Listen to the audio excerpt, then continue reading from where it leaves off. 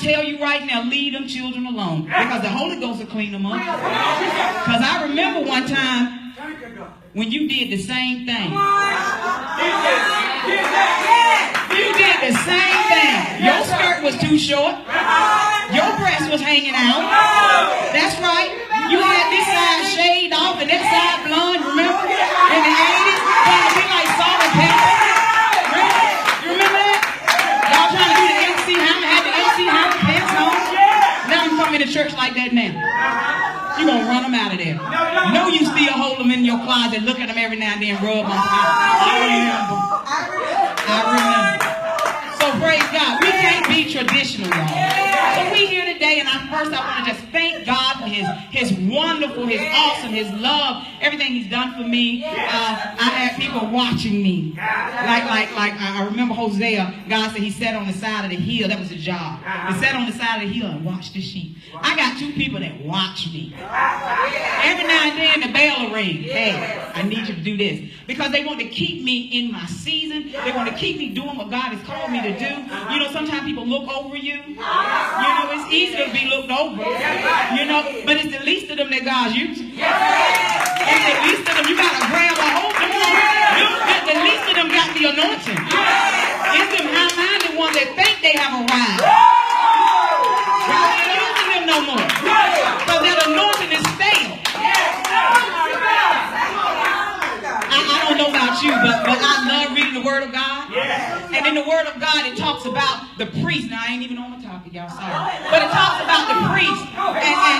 And the priest, he always goes in and he changed the oil. He changed the bread. He changed the things at the altar. He changed the things at the altar. He changed the things at the altar. So if you stand up at the altar and you're doing the same thing all the time, I'm promising you, God ain't moving. Only thing is moving is tradition. So God is putting new oil. She said, I still got oil. God is putting new oil every day. So you might have somebody preaching that you would have, years ago, you would have cast them to the side. You would have people preaching now that will surprise you, shock you. We got little bitty people, 19, 20 years old, and even 15, that can preach the word of God.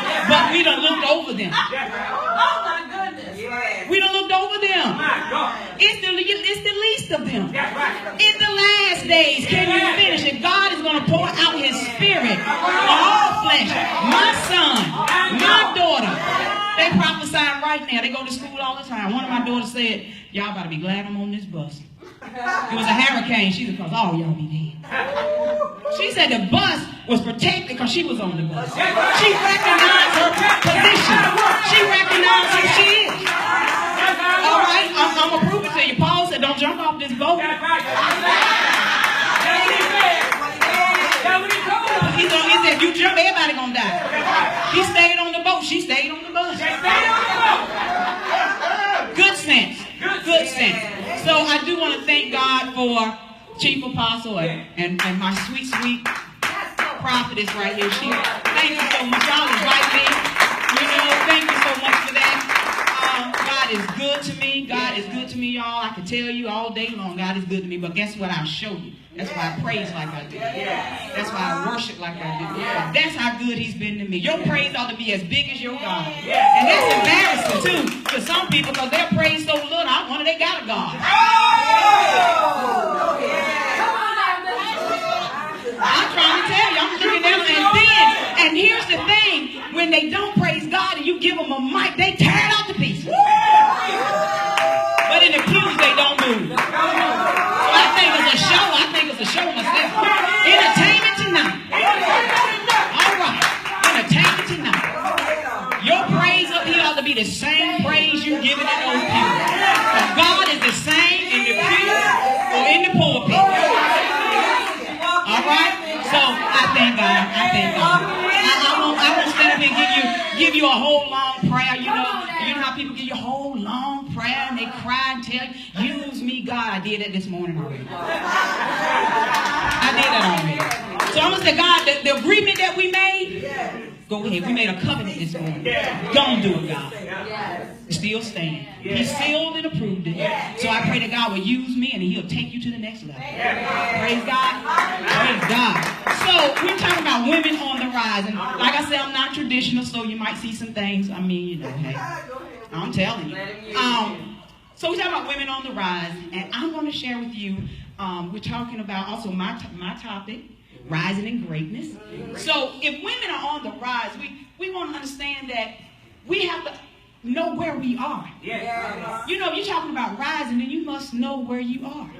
Because where you're rising to is actually above where you are. That's right. So if you're saying I'm like the man with the barns and I done filled them up and everything is done, I don't need nothing else, how you going to rise? So first you got to realize that you're lower than where you want to be. You got to realize that. Then God can take you to the next level. Sometimes people fake they already there. I ain't no faking in me, honey. I'm going to tell you right now, I ain't no fake. I'll tell on myself in a minute. You know why? Because the devil going to do it. I beat him to it every time. I beat him to it every time. And I'm going to tell you something else. I'm going to tell you something else. I mean, y'all already know this, but I'm going to tell you anyway. Even if you ain't doing nothing, they say you are. I'm living down a lot of lies. I'm living that. My mama said it'll come, truth come out the wild. Truth come out the wild. But they'll do something for God. They'll allow you. I got a story that's been written that I ain't had nothing to do with it. My name ain't on the book.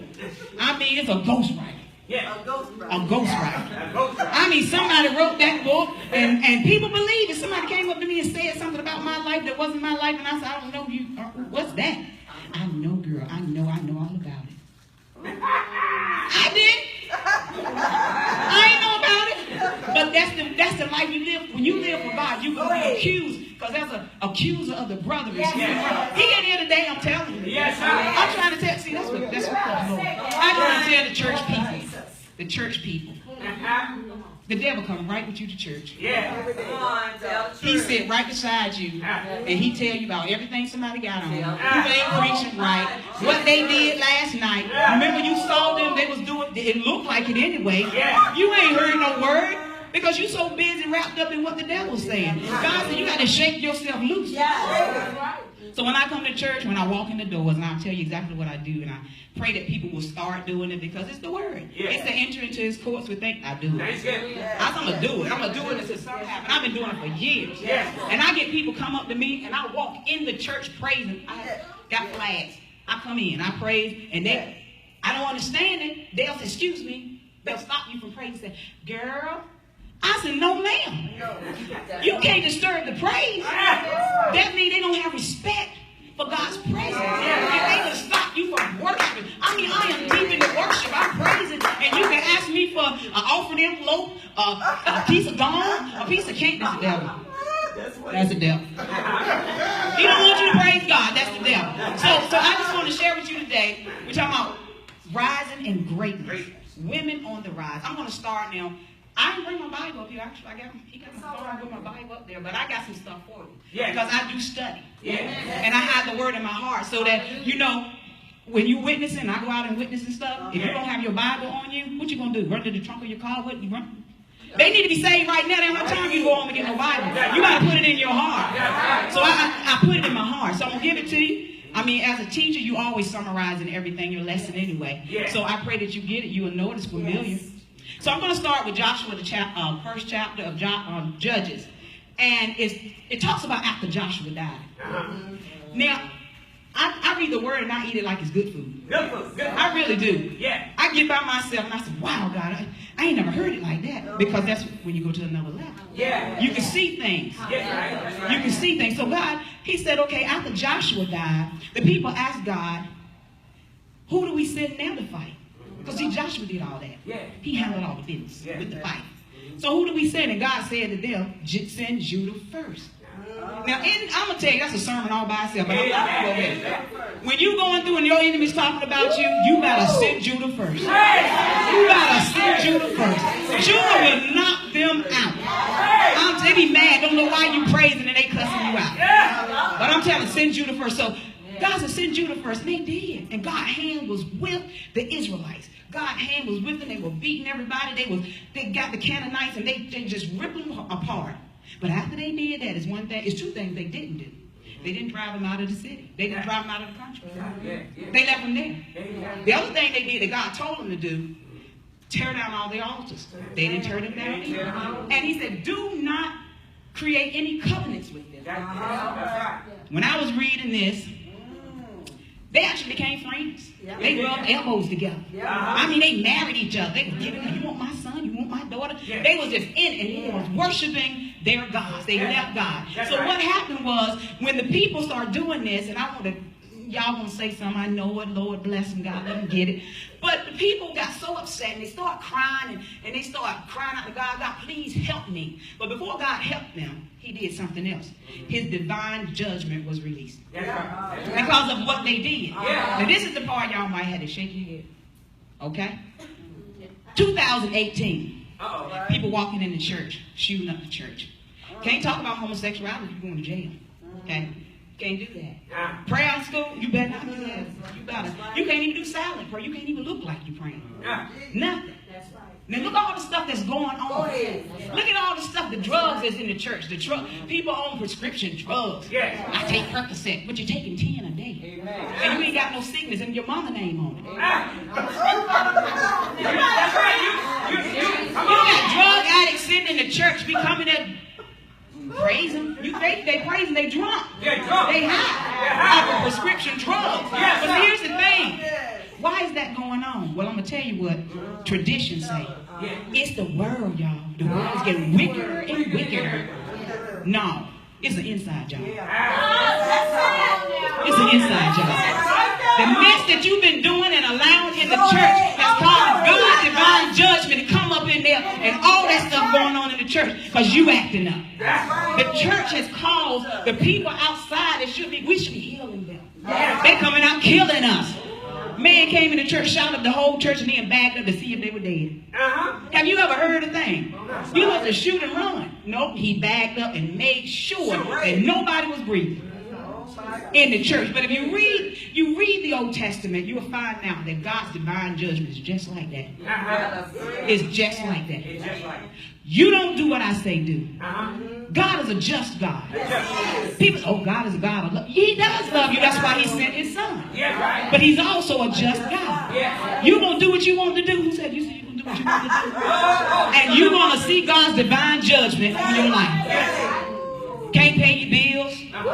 Can't keep a job. Husband ran out on you. Came back, ran out, came back, ran out, came back, ran out.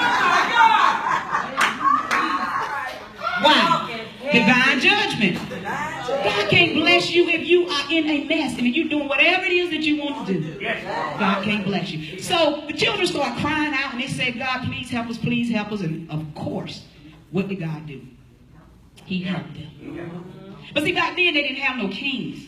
They only had judges. And this is where my story starts. This is what my little message starts. Okay? So they didn't have kings. They had judges. And God would appoint them every time. Well, the way I understood it, y'all correct me, because you know. But this is the way I see it. You know how you read the Bible, you say, it's like a story to me. It's like a story to me. I get excited. I'm like, oh, what? And I'm like, okay, God, every time they act up, and you brought them out, you set a judge up, then the judge died, and then they slapped it up again. Keep on doing it. And you said God ain't love. Because see, it would have been one judge, it would have been over for me. Yes, sir. It would have been one judge, you would have got one judge, and that would have been it for me. But God kept sending judges to help them. And that's where my friend shows. I like this lady. Judge Deborah. Deborah was off the chain. I'm trying to tell you. Because people don't really realize all that she did. Deborah was a prophet. Deborah was a selector. She selected and elected men of God, people to fight. She was a warrior. She strategically figured out how to fight and to win. And she corrected. If you were wrong, she got you. But it's one thing people don't ever talk about. She was a wife. That's good right there. So you tell me a woman can't preach, prophesy, take care of the kids, fight for the kids, fight for the family, go to work.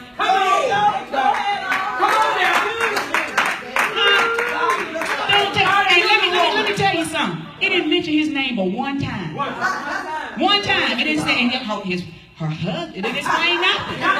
So you know what he did? Gone, baby. He was acting up. God would have told him. Yeah. God would have told him. And he would have got some divine judgment too. But he's a gone, baby. She was free to do whatever God had called her to do. See, when you can walk out your house and your husband pat you on the back or come with you, you all right. Well, you got to hear that. You love the church more than you love me. You love the pastor more than you love me. You stay at church all the time. So why don't you come with me? Meet the pastor. Yes. Y'all seen that show? Meet the pastor. Meet the pastor. Stop running him out. Meet the pastor. So Deborah was a prophet. And the thing about it, God, let me get it out, please. She was a prophet, and she won a 2018 prophet that said, the Lord told me, if you don't fill your tank, your gas gonna run out. You know what? Call you all the way up to the altar, lay hands on you and say, if you don't pay your water bill, it's gonna get cut off. I want to hear a prophet that says something. I need some big stuff. I mean, and I see it happen too. People still waiting to get married. They done got their senior citizen check. From something a prophet said about 30 years ago. I'm still waiting on him. He supposed to have a straw hat and some overalls, and he got a farm. But baby, that was in 1925. The prophet dead. I want to see, Deborah was real. God spoke to Deborah and said, I want you to go get Barry. And when she got to Barry, I told you she was a corrector. When she got to Barry, she said, Barry, what you supposed to be doing? Did God tell you to go get 10,000 men and fight? That's right. Well, yeah, I guess he did. He said, well, you need to go do it. You need to go do it. And guess what Barry said? Y'all can get me again. I'll go if you go. If you don't go, I ain't go. Now tell me why the church ain't got hardly no men.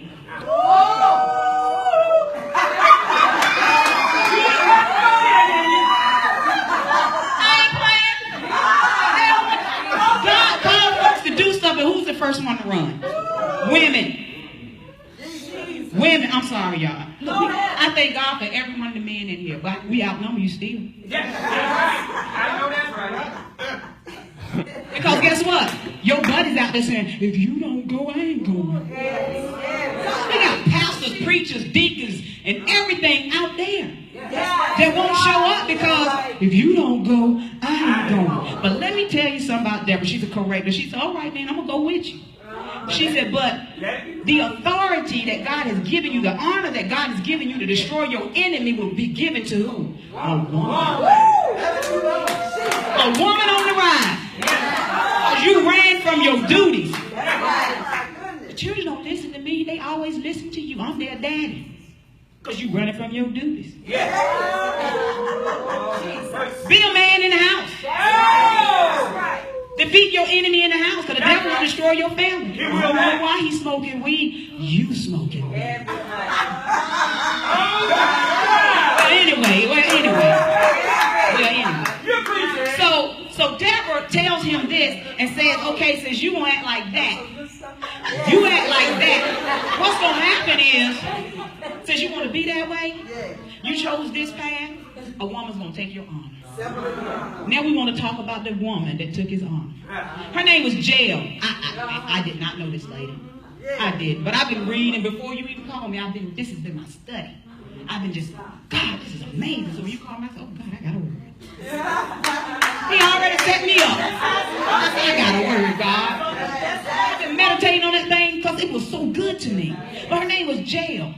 And she lived in tents. She was a community of tents. And when Sisera ran trying to get away, he saw her at the tent. I'm going to tell y'all something. I'm going to just say it. She had to be fine. Because ain't nobody that's going to stop at nobody. One thing I learned about men, I don't care if they're in pain, somebody died. If they see somebody cute, they're going to stop on brakes. I'm 47 years old. I'm serious. They're going to be like, oh, look.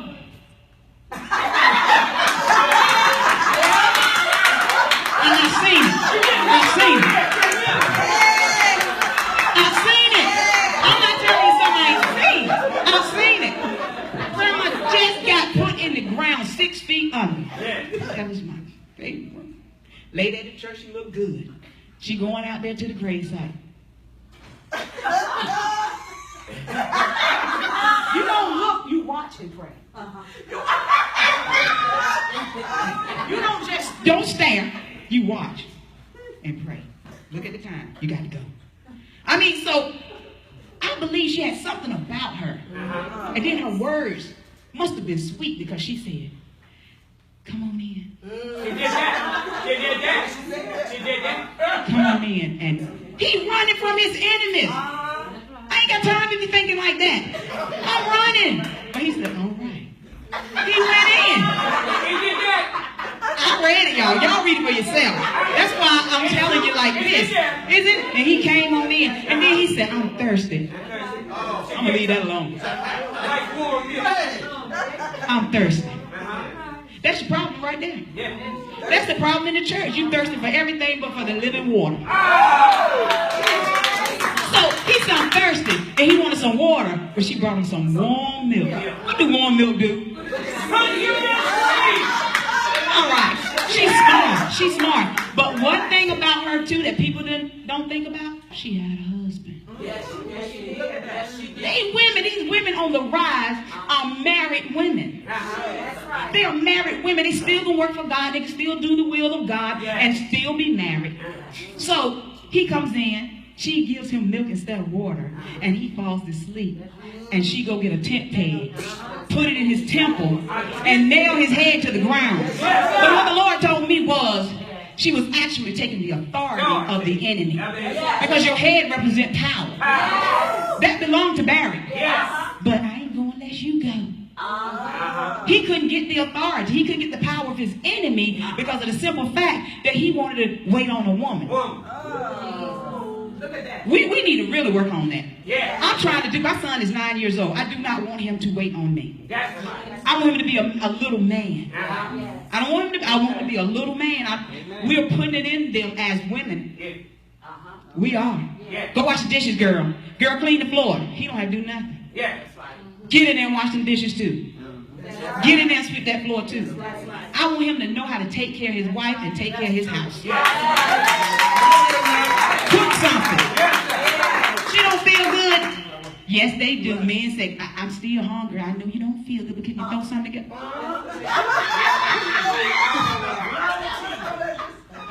I just had a stroke and you want me to cook you some eggs and cheese? Mama said bed rest.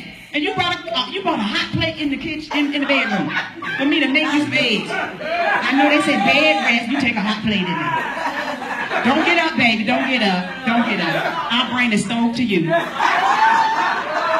So my thing is, we got to teach them now to be men. We got to teach them right now to be men. And the other thing I want to say, and I know my time is running out, and I'm gonna get this. I'm gonna get this, y'all. Now,